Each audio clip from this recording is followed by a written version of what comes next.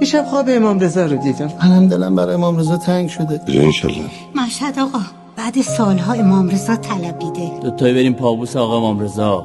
نایب الزیاره ما هم باش. من تو قطار هستم، دارم میرم زیارت امام رضای قریب. یا امام رضا من دارم میام پابوس. مشهدی قربون حرام دادم پیازامون من باید برم زیارت. میخوام برم زیارت. حرام که جای هر کسی نیست. حرام رفته لیاقت میخواد.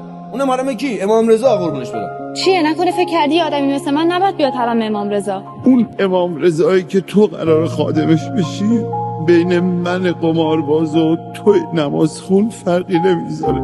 دست من میگیره به همه پناه میده.